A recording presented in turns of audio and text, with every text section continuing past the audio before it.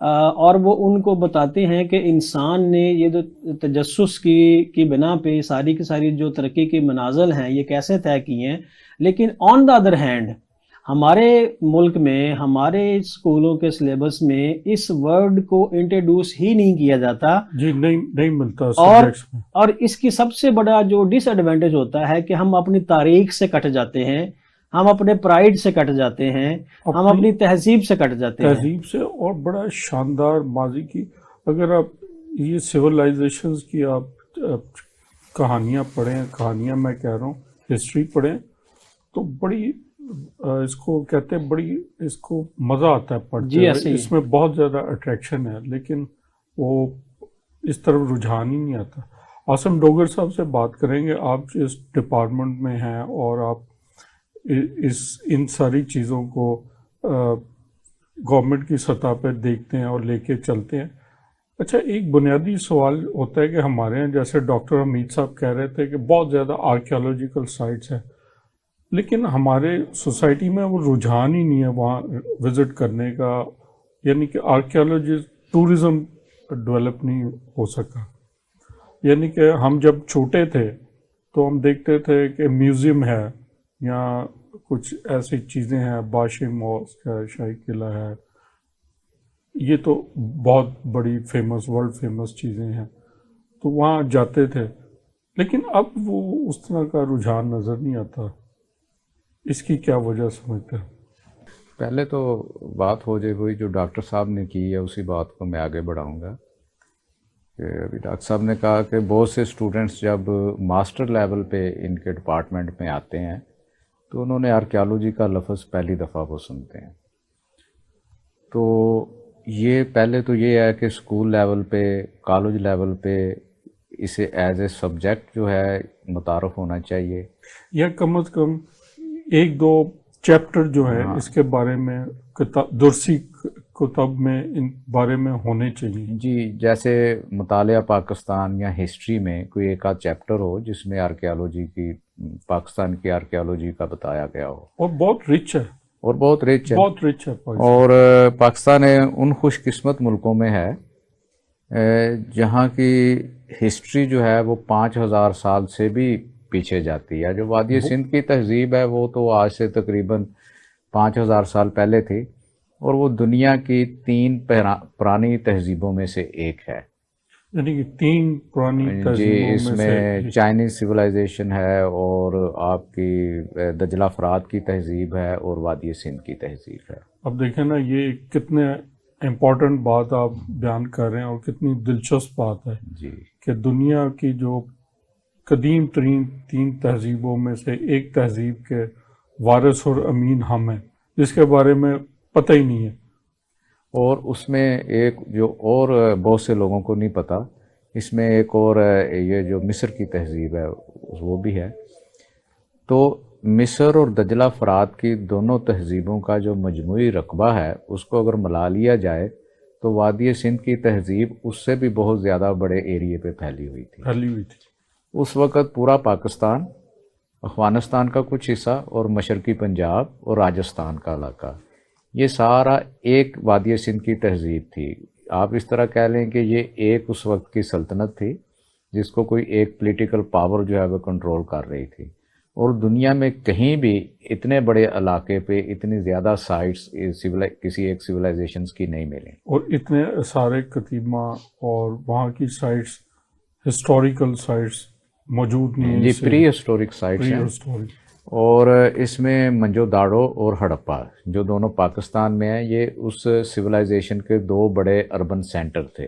اس civilisation کی جو خاص بات یہ ہے کہ ان کے گھر جو ہیں وہ پری ٹاؤن پلاننگ کے تحت, جیسے نقشوں کے تحت نہیں بنتے, اس طرح بنے ہوئے تھے. یعنی کہ وہ پلانڈ سٹی تھے, اور ان کے جو انڈسٹریل ایریاز ہیں وہ ریزیڈینشل سے علیحدہ تھے, اور اس کے گرد فورٹیفیکیشن وال تھی. ماشاءاللہ ہمارا جو لاہور ہے اس کا ماسٹر پلان دیکھیں اور موجودہ لاہور دیکھیں تو آپس میں میچ ہی نہیں کرتا. یعنی کہ پلان کچھ اور ہے, بنا کچھ اور شہر. اور کچھ ایسی عمارتیں جو غالباً اسٹیٹ کنٹرول ہوتی تھیں, جس میں غلہ گودام ہے, ورکرز پلیٹ فارم ہے, وہ ایک علیحدہ ایریے میں تھے. اور ان کے جو رہائشی علاقے تھے اس میں جو بڑی گلیاں ہیں جنہیں آپ سٹریٹ کہتے ہیں، گھروں کے دروازے اس میں نہیں کھلتے تھے، اس میں سے لینز تھیں، چھوٹی گلیاں، اور گھروں کے دروازے اس میں کھلتے تھے، اور وہ بھی اینگولر تھے کہ ایسا لگتا ہے کہ جیسے اس زمانے میں لوگوں میں پرائیویسی کا خیال جیسے آج کل معاشرے میں ہے کہ گلی میں سے گزرتے ہوئے لوگوں کی نظر نہ پڑے۔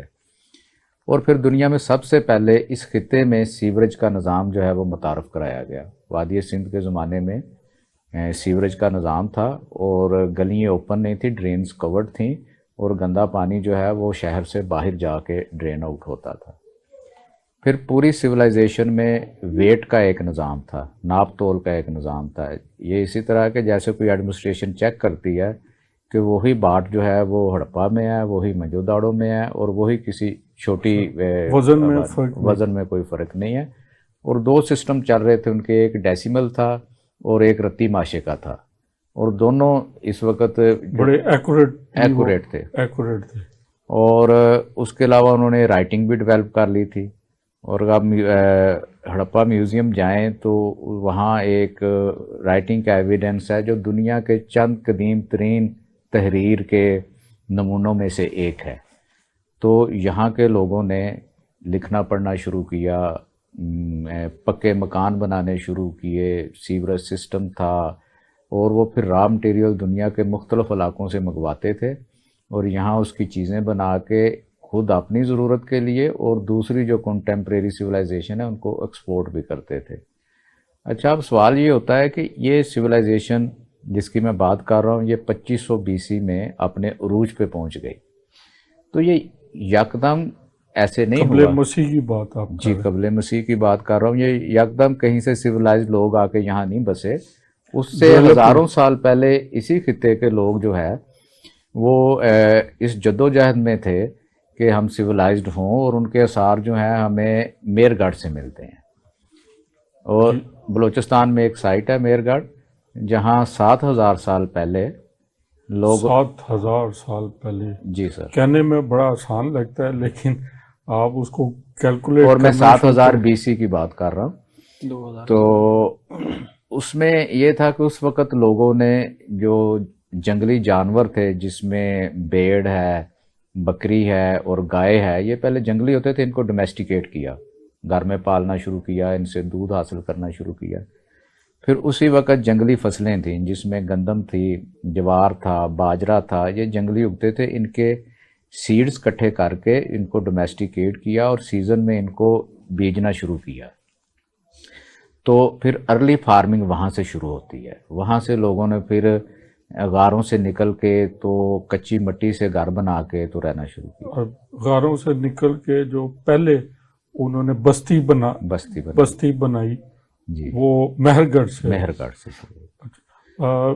ناظرین یہ دیکھیں کتنی دلچسپ باتیں ہیں جو عاصم ڈوگر صاحب ہمیں بتا رہے ہیں، اور یہ کہیں اور نہیں ہے، یہ پاکستان کی بات کر رہے ہیں، اسی خطہ زمین کی بات کر رہے ہیں جس میں ہم رہ رہے ہیں، اور دنیا کی اتنی قدیم تاریخ ملتی ہے، اور دنیا کی پہلی بستی جو بنی اور بسی وہ مہر گڑھ کے مقام بلوچستان میں بنی۔ اس سے کتنی دلچسپ بات ہوگی۔ یہ دلچسپ باتیں بتائی نہیں جاتی، نہ آگے کی جاتی ہیں، تاکہ ہمارا نوجوانوں کا اور ہمارا دلچسپی اس میں بڑھ سکے۔ تو اب چلتے ہیں ڈاکٹر حمید کی طرف۔ ڈاکٹر صاحب میں پھر واپس آؤں گا، آپ جو بات کر رہے تھے کہ آپ نے بتایا کہ اسٹوڈنٹس داخلہ لینے آتے ہیں، سیڑھیاں چڑھتے ہیں اور انہیں اس سبجیکٹ کی کوئی شدھ بوت نہیں ہوتی۔ اس سے یوں لگتا ہے کہ وہ صرف داخلہ لینے آتے ہیں پنجاب یونیورسٹی کسی بھی ماسٹر ڈگری میں، وہ بائی چوائس نہیں آتے، وہ ہر جگہ اپنا داخلہ فارم جمع کروا رہے ہوتے ہیں، اور جہاں بھی ان کو میرٹ آئے گا وہ پڑھنا شروع کر دیں گے۔ یہ سچویشن کچھ سال پہلے تھی۔ ابھی یہ جو جتنا اویئرنیس کریٹ کی گئی ہے گزشتہ دور میں ہیریٹیج کو لے کے، ٹورزم کو لے کے، اس سے کافی فائدہ ہوا ہے، ان دا سینس کہ لوگوں نے اب اس کے اسکوپ کو سمجھنا شروع کر دیا ہے۔ مثال کے طور پر آپ ہیریٹیج ڈاکومنٹریز دیکھ رہے ہوں گے، اسٹوڈنٹس بنا رہے ہیں، اس کے بعد اس کا ڈیجیٹل کانٹینٹ بھی آتا ہے، سوشل میڈیا پہ بھی اس کو پروموٹ کیا جاتا ہے. سوشل میڈیا یہ ان کا سیلف انیشیٹوز ہیں وہ اسٹوڈنٹس. ہم نے بھی اس کو جو ہے وہ انیشیٹ کیا کیونکہ اس سبجیکٹ میں پنجاب یونیورسٹی جی اس سبجیکٹ میں جدت کی بھی ضرورت تھی. میں نے بھی یونیورسٹی سے بات کی تو ہمیں بھی یونیورسٹی کی طرف سے کافی فنڈز ملے، جس میں ہم نے ڈرونز وغیرہ بھی خریدے، اچھے کیمرے بھی لیے ہم نے، اور اس کے بعد ہم نے ایک اچھے لیول پہ جا کے ان کو ڈاکومنٹ بھی کرنا شروع کر دیا. اور جب اسٹوڈنٹ یہاں پر آ جاتے ہیں تو پھر انہیں پتہ چلتا ہے کہ میں تو ان سے یہ کہتا ہوں کہ آپ زندگی کے کسی بھی جو اسپیکٹ پہ اگر آپ کی دلچسپی ہے وہ ساری کی ساری لنک ہوتی ہے آرکیالوجی کے ساتھ. مثال کے طور پر اگر کوئی آئی ٹی میں جانا چاہتا ہے، آج کل ڈیٹا سائنس کی اپلیکیشن آرکیالوجی میں ہو رہی ہے، جو کہ بہت نئی ریسرچ ہے، دنیا میں سامنے آ رہی ہے. ایون کہ بگ ڈیٹا جو ہے اس کو اس میں استعمال کیا جا رہا ہے، اور سیٹلائٹ امیجری ہے، اور سب سے بڑھ کر آرٹیفیشل انٹیلیجنس ہے. آرٹیفیشل انٹیلیجنس جو ہے وہ اس میں اب ترقی یافتہ ممالک میں بہت اس میں آ رہی ہے. یہ ساری کی ساری جو جدت ہے ہم اسٹوڈنٹس کو اب اس کی طرف لا رہے ہیں، کیونکہ آرکیالوجی کے ورڈ کو میں سمجھتا ہوں ری ڈیفائن کرنے کی بھی ضرورت ہے، کہ ہم اس کو سنتے ہی ایک، جیسے آپ نے اپنے انٹرویو میں بھی بتایا کہ ایک بہت ہی تنگ نظر سے دیکھا جاتا ہے کہ شاید اس کا کام صرف اور صرف کھدائی ہے، اور پرانی عمارتیں ہیں کی دیکھ بھال ہے. لیکن اگر یہ دیکھیں تو وہ کسی سوسائٹی کی نشاندہی کرتی ہیں. کوئی تہذیب ہے، فائن آرٹ ہے اس میں، بالکل ایسا ہی ہے. آرٹ ہے، آرکیٹیکچر ہے، جیسے سر بتا رہے تھے ٹاؤن پلاننگ ہے جی، اور ان کا پورا تاریخ ہے اس میں جی. تو اس میں آرٹسٹ کو بھی اتنی ہی اپرچونٹی ملتی ہیں جتنی کہ اس کے اپنے فیلڈ میں ہے. میں سمجھتا ہوں کہ اس میں زیادہ ہے، کیونکہ جب ہم آرکیالوجی کی بریکٹ لگاتے ہیں تو پھر ہم اس میں مذہب، ذات پات، نسل سے بھی نکل جاتے ہیں، اور ہم دنیا میں جو ڈیولپمنٹ ہوئی ہے اس کو ایک ایکسپرٹ کی نظر سے دیکھتے ہیں. میں یہاں پر آپ کو ضرور ایک مثال دوں گا کہ جب میں شکاگو میں گیا 2019 میں، تو ایک ہندو اسکالر تھا جو پی ایچ ڈی کر رہا تھا، اور اس کی پی ایچ ڈی کا ٹائٹل تھا آرکیالوجی آف قبلہ. اچھا، قبلہ کی آرکیالوجی پہ وہ کام کر رہا ہے، اور اس کو وہ سائنٹیفک طریقے سے پروو کر رہا ہے کہ ساؤتھ ایشیا میں جب ہم اپنے مردوں کو دفناتے ہیں مسلمان، یا کوئی مزار بناتے ہیں یا مسجد بناتے ہیں، تو ان کو بناتے وقت وہ جو سمت کا تعین ہے وہ کیسے کیا جاتا ہے. تو اس میں وہ کہہ رہا تھا کہ اس میں فلسفی تو ہے ہی ہے، لیکن اس میں آپ کی میتھمیٹکس بھی انوالو ہے، اس میں سٹیٹس بھی انوالو ہے، اس میں جغرافی بھی انوالو ہے، اس میں جیولوجی بھی انوالو ہے، اور اس میں جو ہے وہ اسٹرونومی بھی انوالو ہے قبلہ کی ڈائریکشن کے لیے. تو میں سمجھتا ہوں کہ جو بھی چیزیں ہماری یہاں پر یہ سرزمین میں موجود ہیں، چاہے وہ وادی سندھ کی تہذیب سے تعلق رکھتی ہیں، چاہے وہ بدھ مت کی تہذیب سے، چاہے وہ اشوک سے، چاہے کنشک سے، چاہے گندھارا سے، چاہے مغلوں سے، ایون کہ چاہے سکھ دور سے، ان ساری چیزوں کے پیچھے ایک مکمل سوسائٹی کی فلسفی ہے. اس سوسائٹی کی فلسفی کو سمجھنے کے لیے ان کے چھوڑے ہوئے اثرات سے جب تک ہم پیار نہیں کریں گے تب تک ہم ان کو سمجھ بھی نہیں سکتے. اور یہ ان سے جو بائنڈنگ فورس ہے، جو علم ہمیں ان سے جوڑتا ہے، وہ آرکیالوجی ہے. اگر آپ نے مذہب کے بارے میں بات کرنی ہے، اور اگر آپ کا مذہب میں انٹرسٹ ہے تو بھی آپ آرکیالوجی میں آ سکتے ہیں. اگر فوڈ ہیبٹس میں ہے آپ تب بھی آ سکتے ہیں، اگر ڈریسز میں ہیں آپ تب بھی آ سکتے ہیں، آرکیٹیکچر ہے تب بھی آ سکتے ہیں، فائن آرٹ ہے، جینیٹک سائنس ہے تب بھی آپ آ سکتے ہیں. آپ کوئی کسی بھی سبجیکٹ کا نام لے لیں، اس کو ہم اس سے انٹرکنیکٹ کر لیتے ہیں. وہ پوری تہذیب کی بات ہوگی، پوری تہذیب کی بات ہو رہی ہے نا. اس میں ہم کسی ایک اسپیکٹ کی، اگر کوئی باٹنی میں ایکسپرٹ ہے تو وہ بوٹینک آرکیالوجی کرتا ہے، جو زوالوجی میں ہے وہ زو آرکیالوجی کرتا ہے، ٹھیک ہے، جو کیمسٹری میں ہے وہ آرکیو کیمسٹری کرتا ہے. اسی طرح جیو آرکیالوجی ہے، یہ ایسے ڈسپلن ہیں جو کہ دنیا میں ون آف دا آپ کہہ لیں کہ پاپولر ڈسپلنز ہیں اور سائنٹیفک ڈسپلن ہیں، جن میں ریسرچ کے بعد بہت ساری جاب اپرچونٹی بھی ہیں اور آپ نئی دنیا میں جو ریسرچ ہو رہی ہے اس کا حصہ بن جاتے ہیں۔ میں آپ کی بات روکوں گا ناظرین، وقت ہوا ایک بریک کا، ملتے ہیں بریک کے بعد۔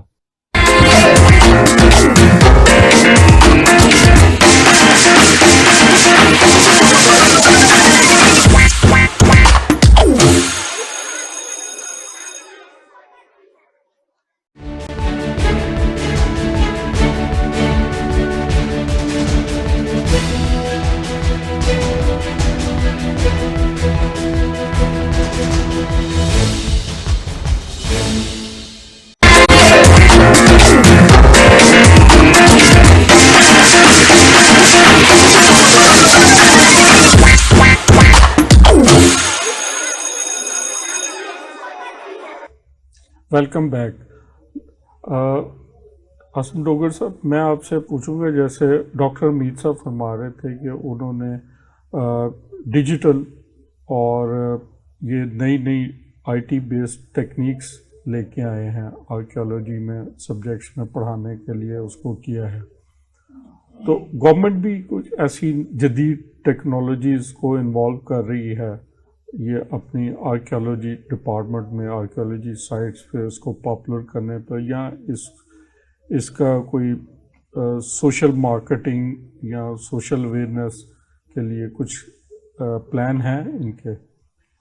جی بالکل، جیسے آج کل ہر شعبے کی ڈائمینشن چینج ہو رہی ہیں، تو آرکیالوجی کے شعبے میں بھی آپ نے مارکیٹنگ کا لفظ پہلے اتنا نہیں استعمال ہوتا تھا، لیکن اب یہ کافی ٹورزم کے فروغ کے لیے تو اس میں بڑی اچھی ڈاکومنٹریز بنائی ہیں، اور بن رہی ہیں جی آلریڈی بن چکی ہیں، اور ان کو مختلف چینلز پہ اور سوشل میڈیا پہ دکھایا جاتا ہے تاکہ لوگوں کو انفارمیشن ملے اور اویئرنیس ملے۔ اسی طرح جو بھی پاسبل ہے سوشل میڈیا کو، واٹس ایپ کو، ٹویٹر کو، اس کو ہم استعمال کرتے ہیں، اور سرچ میں جدت تو آرکیالوجی ڈپارٹمنٹ میں جیسے جیسے کوئی چیز آتی ہے، کیونکہ یہ پاکستان کا آرکیالوجی ڈپارٹمنٹ جو ہے یہ لنکڈ ہے پوری دنیا کے آرکیالوجسٹوں کے ساتھ۔ اب جو وادی سندھ کی تہذیب ہو گئی، گندھارا کی تہذیب ہو گئی، یہ صرف ہمارا تو ہیریٹیج ہے ہی ہے، فخر کے لیے، لیکن یہ پوری بنی نوع انسانی کا ہیریٹیج ہے، اور پوری دنیا سے ماہرین اور لوگ آتے ہیں دیکھنے کے لیے کہ انسان نے کیسے ترقی کی، اور یہ یونیک قسم کا ہے۔ اور ہمارے آپس میں پروگرام امریکن آرکیالوجسٹوں کے ساتھ، یونیورسٹیز کے ساتھ جو ہڑپا میں ریسرچ میں انوالو ہیں، وہ بڑی جدید ٹیکنالوجی لے کے وہاں آتے ہیں، اس کے ساتھ کام کرتے ہیں، اور پھر ہمارے جو لوکل آرکیالوجسٹ ہیں ان کو موقع ملتا ہے کہ وہ ان کے ساتھ مل کے ہم یونیورسٹی کے اسٹوڈنٹس کو انوائٹ کرتے ہیں، ان کی ٹیم کا حصہ بناتے ہیں، اور وہ ان کے ساتھ مل کے جو ہے کام کرتے ہیں، اور وہ آرکیالوجی کی نئی نئی ٹیکنیکس جو ہیں وہ سیکھتے ہیں۔ جیسے سر نے بھی بتایا کہ آرکیالوجی کوئی ایک سبجیکٹ نہیں رہ گیا، یہ مختلف مضامین ہیں، اور ان ہر ایک کی ابتدا آرکیالوجی ہے۔ جیسے اس میں ایک بہت بڑا جو حصہ ہے وہ باٹنی کا ہے، جسے پیلیو ایتھنو باٹنی کہتے ہیں۔ تو جو آرکیالوجیکل مٹیریل ہوتا ہے، ڈرٹ ہوتی ہے، اس کو اکٹھا کیا جاتا ہے، پھر ایک خاص تکنیک سے اس میں سے بوٹینیکل مٹیریل کو علیحدہ کیا جاتا ہے، پھر اس کی آئیڈینٹیفیکیشن کی جاتی ہے۔ پورا اس کے پورا لیے ایک سبجیکٹ ہے، ایک سبجیکٹ لیبارٹری ہے، اور ریسرچ ہے، اور اس میں وہ بندہ جو باٹنی کا ایکسپرٹ ہوگا وہ ٹیم کا حصہ ہوگا۔ اس طرح پھر ہڈیوں کا زو آرکیالوجی ہے، تو وہ جانوروں کی ہڈیاں دیکھتا ہے کہ وہ اس پہ ریسرچ وہ کھاتے کیا تھے، ان کا جو ویسٹ بچا ہوا ہے۔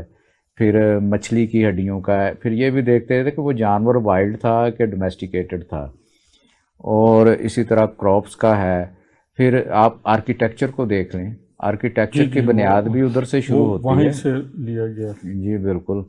اور اس کے بعد ہمارا جو گندھارا کا ہے، اس میں اٹلی کے، جاپان کے، چائنا کے، وہاں کی جو مشن ہیں، آرکیالوجیکل ٹیمیں ہیں، وہ ہمارے تعاون کے ساتھ پاکستان میں آتی ہیں، کام کرتی ہیں۔ ہمارے ایگریمنٹ اس قسم کے ہوتے ہیں کہ جو ہمارے لوکل آرکیالوجسٹ اور اسٹوڈنٹس ہیں ان کو ٹریننگ بھی وہ دیں، اور بہت سے جب باہر جا کے پڑھتے بھی ہیں ان ایگریمنٹس کے۔ عاصم صاحب، یہ آپ کریں، یہ بہت ایک اچھی خبریں ہیں ہمارے لیے کہ انٹرنیشنل لیول پہ ہمارا آرکیالوجی ڈپارٹمنٹ ان کے ساتھ کوآرڈینیشن پہ ہے، ٹیمیں آتی ہیں، اسٹوڈنٹ پڑھتے ہیں، ریسرچ کرتے ہیں. لیکن میں پھر اس طرف جاؤں گا کہ ہمارے ہاں عام لوگوں کا جو رجحان ہے وہ بھی نہیں بڑھا. عام لوگوں کا ہمارا رجحان ہے کہ جی فلاں جگہ سے فلاں چیز کھائیں، ٹھیک ہے جی، یا فلاں شاپنگ سینٹر پہ چلے جائیں. بہت کم میں نے، بلکہ شاذ و نادر ہی میں نے دیکھا ہوگا کہ فیملیز میں کہیں پلان بن رہا ہو کہ ہم نے فلانی آرکیالوجی سائٹ پہ جانا ہے آج وہ دیکھنے ہے. اگر کوئی سائٹ ان ہوئی ہے اس وقت جہاں پہ ٹورزم چل رہا ہے وہ ہے کرتارپور، جو کہ وہ اس کا بھی اپنا ایک آرکیالوجی کا ہوگا، وہ ان ہوا ہے. لیکن ابھی تک جیسے آپ بتا رہے ہیں کہ سوشل میڈیا کے ضرور وہ آپ اویئرنیس دے رہے ہیں، ہم امید کرتے ہیں کہ وہ آگے چل کے یہ ہمارے یہاں ٹرینڈ بنے گا کہ لوگ ان آرکیالوجی سائٹس کو بھی اپنے حصہ بنائیں گے. جی میں آپ کی بات کو آگے بڑھانا چاہوں گا کہ آپ کی بات بالکل ٹھیک ہے. ہمارا شاہی قلعہ لاہور ہے، شالامار باغ ہے، ٹیکسلا ہے، ہڑپا ہے، تو اکثریت جو لوگ وہاں جاتے ہیں وہ کوئی لرننگ کے لیے یا سیکھنے کے لیے نہیں جاتے. وہ اس نقطہ نظر سے نہیں جاتے کہ ہم وادی سندھ کی تہذیب کو جا کے دیکھیں کہ اس وقت ہمارے آباء و اجداد نے کس طرح ترقی کی، آرکیٹیکچر کیسا تھا، ان کا کھانا پینا کیا تھا. وہ پکنک کے موڈ میں جاتے ہیں، وہ جاتے ہیں اور تصویریں کھینچتے ہیں، اور بعض اوقات ایسے کرتے ہیں کہ جو ہمارے آثار ہیں ان کو خراب کرنے کی بھی کوشش کرتے ہیں. وہ تو گریفٹی اور وہ تو ہماری عادت ہے، اس کے بغیر ہم رہ نہیں سکتے. اور میرا خیال اس میں ہمارا ہی قصور ہے کہ ہم نے اپنے اسکولوں میں یا سوشل میڈیا کے ذریعے یا الیکٹرانک میڈیا کے ذریعے لوگوں کو اتنا ایجوکیٹ نہیں کیا کہ اگر ہم ایسی جگہوں پہ جائیں تو ہمیں کیسے بہیو کرنا چاہیے. یہ جو المیہ ہے یہ صرف یہیں نہیں ہے، یہ مکہ مدینہ بھی وہاں جاتے ہیں. اور میرا دوست بتا رہا تھا وہ غار حرا جاتے ہیں، کافی طویل راستہ ہے، تو وہاں سستانے کے لیے وہاں چند درخت تھے، تو وہاں وہ تھوڑی دیر رکے کہ ہم یہاں رکتے ہیں. تو وہ رک کے وہاں انہوں نے دیکھا اس درخت پہ ایک نام لکھا ہوا تھا ایک صاحب کا، اور نیچے گجرانوالا لکھا ہوا تھا. انہوں نے اپنا سٹی بھی لکھا ہوا تھا. تو یہ آپ کو ہر جگہ ملے. یہ ایسے ہی آپ کی وہ بات آپ نے کرتارپور کی تھی، اس پہ بھی میں تھوڑا سا کمنٹس کرنا چاہ رہا ہوں کہ گورنمنٹ جو ہے وہ بالکل کمیٹڈ ہے. دنیا کے بہت سے ممالک ہیں جن کی اکانومی چلتی ہی ٹورزم پہ ہے، اور لکیلی ہمارے ملک میں ریلیجس ٹورزم کی بڑی پوٹینشیل ہے کہ سکھ ازم کے جو بڑے مقدس مقامات ہیں، جیسے بابا گرو نانک کی جو جنم کی جگہ ہے ننکانہ صاحب میں ہے، کرتارپور کا گرودوارہ ہے، تو یہ گورنمنٹ کا بڑا اچھا سٹیپ تھا کہ اس کو ایکسپلائٹ کیا جا رہا ہے اور زیادہ سے زیادہ لوگ آ رہے ہیں. اسی طرح ہمارے پاس ایک ٹیکسلا میں بدھزم کے حوالے سے بڑی اہم سائٹ ہے، ورلڈ ہیریٹیج سائٹ ہے. اچھا، ورلڈ ہیریٹیج. ہاں، اور اس کی بھی گورنمنٹ کنٹری کے اندر اور باہر کے ملکوں میں بھی مارکیٹنگ کر رہی ہے کہ ابھی بھی بہت سے باہر سے ٹورسٹ آتے ہیں تاکہ زیادہ سے زیادہ آئیں اور اس کو آ کے دیکھیں، اور ان کو فیسیلیٹیٹ بھی کر رہی ہے. اچھا، یہ بڑی اچھی بات ہے. اچھا ڈاکٹر امید صاحب یہ بتائیے گا، جیسے بات ہو رہی تھی یونیورسٹیز کی. اچھا، ہمارے یونیورسٹیز میں آپ نے بتایا کہ اب انہوں نے کچھ فنڈ دینے شروع کیے. باہر کی یونیورسٹیز میں آرکیالوجی کو کیسا سبجیکٹ کے طور پہ دیکھا جاتا ہے؟ وہ کتنی پرائرٹیز ملتی ہے؟ دیکھیے، وہ یونیورسٹیز کو شاید لرننگ کا انسٹیٹیوشن نہیں بناتے، اس کو ریسرچ کا انسٹیٹیوشن بناتے ہیں، کنسیڈر کرتے ہیں. ویسے ہماری بھی جو یونیورسٹی نا پنجاب یونیورسٹی، اس کا بھی اگر چارٹر دیکھیں تو اس میں لکھا ہوا ہے university research publication and education. جی ایسے ہی ہے، یعنی کہ ایجوکیشن 3rd نمبر پہ ہے، ریسرچ پبلیکیشن. جی ایسے ہی ہے. لیکن افسوس کا مقام ہے کہ ہماری جو ریسرچ اور پبلیکیشن تو نہ ہونے کے برابر ہے. ایجوکیشن وہ بھی جسٹ ڈگریاں بانٹنے کی. جی بدقسمتی سے ایسا ہی ہے. جب آپ دنیا میں ایجوکیشن سسٹم میں ٹاپ یونیورسٹیز میں جاتے ہیں تو کیمبرج یونیورسٹی کا نام آ جاتا ہے. اب کیمبرج یونیورسٹی کو اگر رینکنگ سبجیکٹ رینکنگ کے حوالے سے دیکھا جائے تو آرکیالوجی کا ڈسپلن ان کا دنیا کا نمبر 1 ڈسپلن ہے. Number one discipline Cambridge university کا جو دنیا کی ٹاپ یونیورسٹی کا جو ٹاپ ڈسپلن ہے وہ آرکیالوجی. اگر ہم دنیا میں آرکیالوجی کی رینکنگ کریں کہ کہاں پر سب سے زیادہ ہے یا رینکنگ کیا ہے تو کیمبرج یونیورسٹی سب سے پہلے آ جاتی ہے. اٹ مینس کہ انہوں نے اس کی اہمیت کو سمجھا ہوا ہے. آکسفورڈ یونیورسٹی بھی سیکنڈ نمبر پہ وہ ہے, بہت نام ہے. ہارورڈ یونیورسٹی کو آپ لے لیں, ٹھیک ہے, دنیا کا سب سے مانا ہوا ادارہ. ان یونیورسٹیز میں جو ٹاپ کے ڈسپلنز ہیں ان میں آرکیالوجی ہے. مسئلہ یہ ہے کہ انہوں نے ریسرچ کی اہمیت کو بھی سمجھا ہے اور اس سے فائدہ بھی حاصل کیا ہے. جب آپ ریسرچ کی بیس پہ آتے ہیں تو پھر آپ کو انٹرنیشنل آرگنائزیشن جو ہے وہ فنڈنگ بھی دیتی ہیں اور دل کھول کے فنڈنگ دیتی ہیں. مثال کے طور پر یونیورسٹی آف کیمبرج کا ایک پروجیکٹ چل رہا ہے جس میں پہلے انہوں نے میپ کیا ہسٹری کو, افریقہ کی ہسٹری کو, مڈل ایسٹ کی ہسٹری کو, اور اب میپنگ آف ساؤتھ ایشیا کر رہے ہیں. وہ اس سے ظاہر ہے ہیریٹیج کو وہ پروٹیکٹ کرنے میں بھی اپنی آبزرویشنز جو ہیں وہ دے رہے ہیں, جو بھی ان کی فائنڈنگز ہیں. اور ان کی ٹیمز میں ڈیٹا سائنٹسٹ بھی ہیں, آرٹسٹ بھی ہیں, آرکیالوجسٹ بھی ہیں, جی آئی ایس ایکسپرٹس بھی ہیں. دوسری طرف پاکستان میں جب آپ دیکھیں تو پاکستان میں جتنی بھی ٹاپ یونیورسٹیز ہیں کیا ان میں آرکیالوجی کا ڈپارٹمنٹ موجود ہے؟ وہ سرے سے نہیں ہے. آپ بہت ہی کم ایچ سی کی جو یونیورسٹیز کی لسٹ اٹھا کے دیکھ لیں, اگر ریکگنائز لسٹ میں 200 سے زیادہ یونیورسٹیز ہیں, ان 200 سے زیادہ یونیورسٹیز میں ہارڈلی 5 سے 6 یونیورسٹی ایسی ہوں گی جن میں آرکیالوجی کی ڈگری آرکیالوجی کے سبجیکٹ کے ساتھ ایوارڈ کی جا رہی ہے. اب دیکھیں اگر اور پرائیویٹ یونیورسٹی تو اس کو لیتی پرائیویٹ یونیورسٹی تو بالکل نہیں ہے نا, اس کو تب سرے سے نکال دیں. وہ لوگوں سے پیسے منٹ کر رہی, لوگوں سے پیسے کما رہی ہے لیکن تعلیم کی کوئی خدمت نہیں کر رہی. میں سمجھتا ہوں کہ تعلیم کی خدمت ایسے ہوگی کہ ہم بھی تحقیق کریں اور وہ جو مٹیریل, جو تاریخ, جو مواد, جو ریمینز ہمارے پاس موجود ہیں, اگر کیمبرج یونیورسٹی انہی مواد پہ ریسرچ کر کے ورلڈ کے سب سے بڑے پروجیکٹ لے رہی ہے تو میرا خیال ہے کہ ہمارے لیے لمحہ فکریہ ہے. اور میں سمجھتا ہوں وہ ہماری سائٹ سے چیزیں لے کر تو دنیا کی بہترین گرانٹس ان کو مل رہی ہیں. میں سمجھتا ہوں کہ حکومت کو یا حکومتی اداروں کو کسی سٹیج پر سوچنے کی ضرورت ہے جس میں ان کو یہ لگے کہ جو بھی ہم یونیورسٹی بنا رہے ہیں. ڈاکٹر صاحب یہ بڑی اہم بات کر رہے ہیں کہ ہمارے آرکیالوجسٹ کیوں نہیں یہ پروجیکٹس یا ان گرانٹس کو لے سکتے جبکہ کیمبرج اور وہاں کے وہ اس پہ ریسرچ کر کے. میں سر اسی طرف آ رہا ہوں کہ ایک کمپٹیشن کی فضا تب بنے گی جب آپ کے ہر یونیورسٹی جو بھی آپ بنا رہے ہیں یا بن رہی ہے اس میں ہائر ایجوکیشن کی طرف سے میں آپ کے توسط سے پیغام دینا چاہوں گا چیئرمین ایچ سی کو اور چیئرمین پی ایچ سی صاحب کو کہ آپ اپنی طرف سے ایک ایگزیکٹو آرڈر تو پاس کریں کہ جو بھی یونیورسٹی بنتی ہے اس میں امپورٹنٹ سبجیکٹس کی لسٹ میں جو لازم و ملزوم ہے اس میں ایک آرکیالوجی کو بھی رکھیں. اسی طرح میں ایچ اے ڈی جو ہائر ایجوکیشن ڈپارٹمنٹ ہمارا کالجز کا ہے, میں ان کے چیئرمین کو بھی یا ان کے سیکرٹری کو بھی یہ ریکویسٹ کرنا چاہوں گا کہ آپ تمام کالجز میں یہ لازم و ملزوم کریں, یہ لازم سبجیکٹ کے طور پر پڑھایا جائے. جب یہ چیزیں آپس میں کنیکٹڈ ہو جائیں گی تو آپ دیکھیں گے کہ جو دنیا میں کیمبرج کا مقام ہے وہ ہماری یونیورسٹی کا بھی مقام ہوگا. تو میرا خیال ہے کہ اس طرف آنے کی ضرورت ہے. بہت امپورٹنٹ بات کر رہے ہیں اور آپ جو تجویز دے رہے ہیں میں کہوں گا آپ کی آواز مکہ و مدینہ.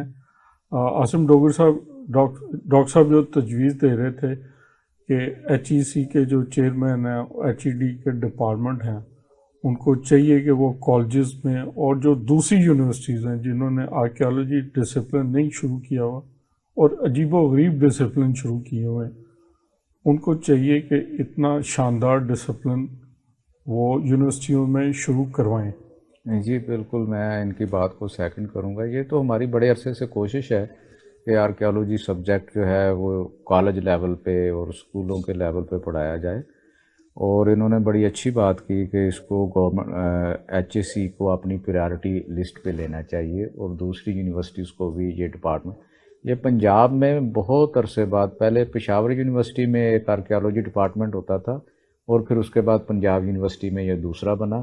جی اور پشاور میں تو وہاں وہاں بہت زیادہ ہاں جی، آرکیالوجی سائٹس، اور میرا خیال ہے سندھ کی بھی ایک آدھ جی یونیورسٹی ہے تو وہاں بھی پڑھایا جاتا ہے. یہ تین وہ ہی ہیں ڈاکٹر صاحب بتا رہے ہیں ٹوٹل شاید 6 یونیورسٹی، دیکھیں آپ 5 سے 6 ہاں 5 یونیورسٹیز سے ہیں. 6 یونیورسٹی. ہاں میں جی، یہ ڈپارٹمنٹ کھولیں گے تو ہم اپنی زمین کے ساتھ، میں بار بار یہ کہتا ہوں کہ جڑ جائیں گے، اور ہم اپنی زمین کو بھی کچھ واپس کریں گے، اپنے ہیریٹیج کی، اپنی تاریخ کی، اپنے جو ہماری آرکیالوجی ہے اس کے کسٹوڈین ہم خود بن جائیں گے. آرکیالوجی محکمے کے پاس پورے پاکستان کی بات کرنے اتنی ہیومن ریسورس نہیں ہے کہ وہ جگہ جگہ پر جا کے تمام سائٹس کو جی دیکھ ایسے سکے ایسے یا ان کی دیکھ بھال کر سکے.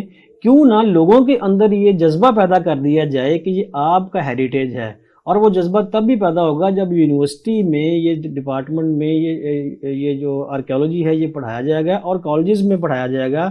پھر وہی بچے جب گھروں میں جائیں گے، جب ان کو یہ آلریڈی تعلیم مل چکی ہے کہ آپ نے دیواروں پہ نہیں لکھنا، آپ نے اس کو تباہ نہیں کرنا، آپ نے اس سے اینٹیں نہیں چرانی، آپ نے اس کو ایگریکلچر خراب کے نہیں لیے کرنا. استعمال نہیں کرنا، یہ ہمارا ایک قومی ورثہ ہے، دنیا کی تاریخ اس میں ہے.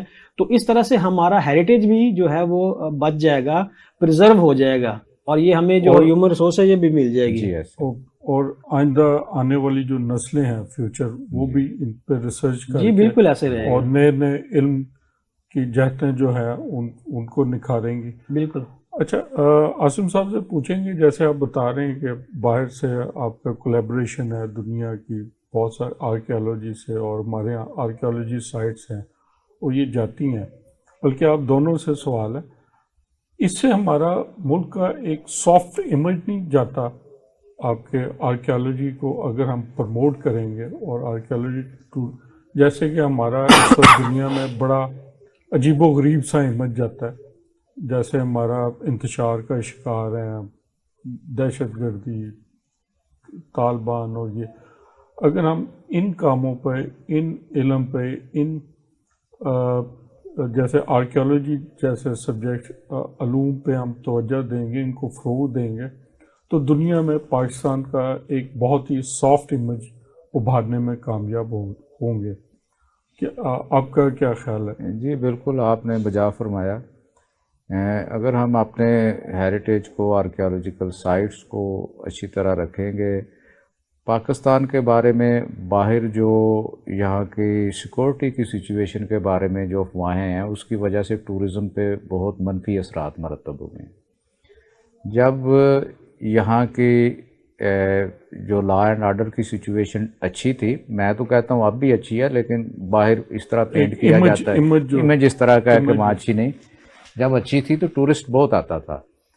ٹورزم اور ٹورسٹ کے آنے کے لیے آپ کی لا اینڈ آرڈر کی سچویشن اور آپ کا مثبت امیج جو ہے نا باہر جانا، وہ بڑا ضروری ہے. کیونکہ آپ کا صرف لا اینڈ آرڈر کے ساتھ ملک کے اوور آل جو امیج جو ہے سچویشن امیج جو ہے نا وہ پازیٹیو ہو، پازیٹیو تو وہ کیونکہ اس وقت تو بڑا عجیب و غریب سا امیج جا رہا ہے کہ یہاں ریالٹی آن گراؤنڈ ڈفرینٹ ہے، لیکن پراپوگنڈا باہر یا لوگ اسی طرح سمجھتے ہیں کہ جیسے یہاں کی صورتحال بڑی خراب ہے، حالانکہ ایسے نہیں ہے. اور نہیں، وہ ویسے تو نہیں ہے، لیکن ہمارے ہاں بڑے ہوتا یہ ہے کہ یہاں پہ پوری دنیا کی ایمبیسیز ہیں بڑے بڑے، وہ وہاں اپنی ملکوں میں رپورٹس بھیج رہی ہوتی ہیں، اور جہاں کی رپورٹس وہاں جاتی ہیں تو وہ پھر گورنمنٹس جو ہیں اپنے لوگوں کو اس کے مطابق الرٹس اور گائیڈ کرتی ہیں کہ یہاں اس وقت جائیں یا نہ جائیں. وہ آپ کی بات بجائے یہاں کی بڑے ملکوں کی، اہم ملکوں کی جو سفارت خانے ہیں، وہ ہمارے حالات سے باخبر ہوتے ہیں، اور وہ ان کا کام ہی یہی ہے کہ وہ اپنی حکومتوں کو رپورٹس دیتے رہیں. بہت سے ایسے لوگوں سے ملا ہوں جو پاکستان میں آئے ہیں اور آ کے انہوں نے کہا جی جو ہم امیج لے کے آئے تھے پاکستان کے بارے میں یہاں آنے سے پہلے، ہم نے بالکل مختلف یہاں آ کے دیکھا. یہاں کے لوگ بڑے ملنسار ہیں اور بہت مہمان نواز ہیں. تو اسی طرح جب ٹورزم کو فروغ ہوگا، زیادہ سے زیادہ لوگ باہر آئیں گے، تو میرا خیال ہے پاکستان کا بڑا اچھا پازیٹیو امیج جو ہے وہ جاگر ہوگا اور لوگ اچھی یادیں یہاں سے لے کے جائیں گے. بلکہ کئی جو باہر سے ٹورزم آتے ہیں، وہ میں نے دیکھا ہے، وہ کئی لوگ ان تک پہنچتے ہیں کہ اپنا پیغام وہ اس پہ کمنٹس کریں، تو بڑے اچھے کمنٹس وہ کر رہے ہوتے ہیں. میں یہاں پر ایک چیز ایڈ کرتا چلوں کہ اس کے ساتھ ساتھ ہمیں اپنے اینڈ پہ بھی سوچنے کی ضرورت ہے کہ ہم 1947 سے تھوڑا پرے سوچیں اور تھوڑا 712 سے بھی تھوڑا سا دور ہو کے سوچیں. ہاں یہ بھی آپ نے انٹرسٹنگ پوائنٹ دیا کہ ایک طرح کا دیکھیں اب یہ ہم پاکستان موومنٹ اور مغلوں تک یہ جس امیج کی آپ بات کر رہے ہیں یہ تو چلے 50 سال 40 سال 30 سال کی پیداوار ہے نا. دوسری طرف آپ کی تاریخ دیکھیں جو کہ ہزاروں سال محیط ہے. اگر ہم نے کسی بندے سے تعلق رکھنا ہے تو ہم اس کے خاندان کی ہسٹری نکال کے دیکھتے ہیں کہ یہ کہاں سے ہے, کہاں کیسے بلونگ کرتا ہے.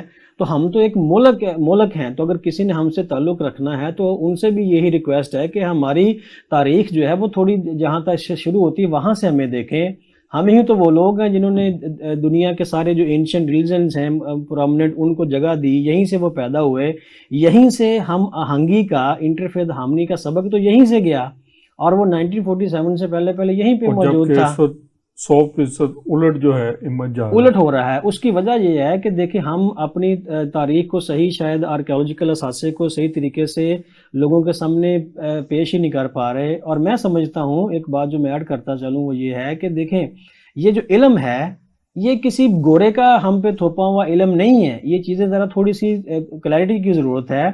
آن دا ادر ہینڈ اگر ہم اپنے قرآن کو دیکھیں گے تو قرآن پاک میں 45% جو حصہ ہے یا اس سے بھی لگ بھگ ہے وہ گزری ہوئی قوموں کے حال و احوال ہیں.